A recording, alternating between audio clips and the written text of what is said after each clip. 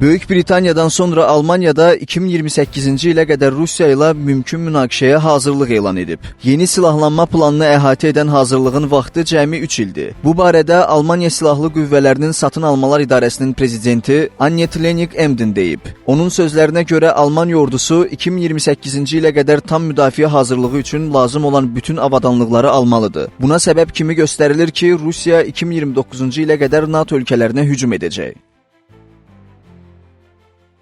Hərbçilər yeni texnikadan istifadə eləmək üçün təlim keçməlidirlər. İdarəmizdə bunu eləmək istəyinin ruhu artıq mövcuddur. Biz bunu satın alacağıq. Bu, hazırda bizim şüarımızdır.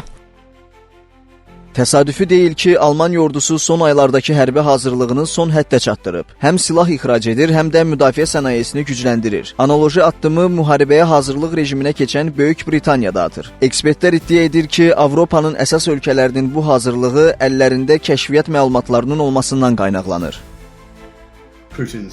Bu daha əvvəl Danimarka Kəşfiyyat Xidməti tərəfindən bildirilib. Hətta Moskva Baltik dənizi hövzəsi ətrafında geniş miqyaslı müharibə başlada bilər. Bunun əsas səbəblərindən biri Rusiyanın öz gücünü böyük ölçüdə artırması və hər il yüzlərlə əsas döyüş tankı istehsal etməsidir. Bu barədə bəzi kəşfiyyat məlumatları toplanılıb. Ukrayna ilə müharibəyə cəlb edilməyən texnika ehtiyatlarının başqa bir hərbi strateji hədəf üçün toplanması da hamıya bəllidir. Hər iki ölkə narahat olmaq üçün haqlıdır.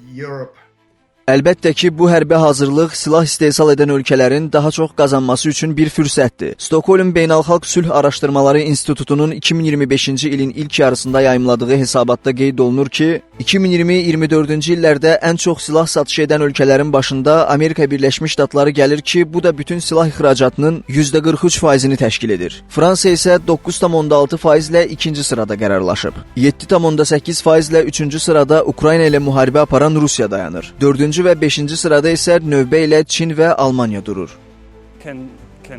Silahlanmanın səbəbi əsasən hücum ola biləcəyi təhlükəsidir. Yəni, yeni bir münaqişə ocağı yarana bilər. Hazırda demək olar ki, bütün ölkələr silahlanır və yeni dünya nəhəngləri bundan küllü miqdarda pul qazanır. Üstəlik, Almaniyada illərdir bu sıraya daxil olub. O, həm müdafiəsini gücləndirir, həm də silah ixracatını artırır.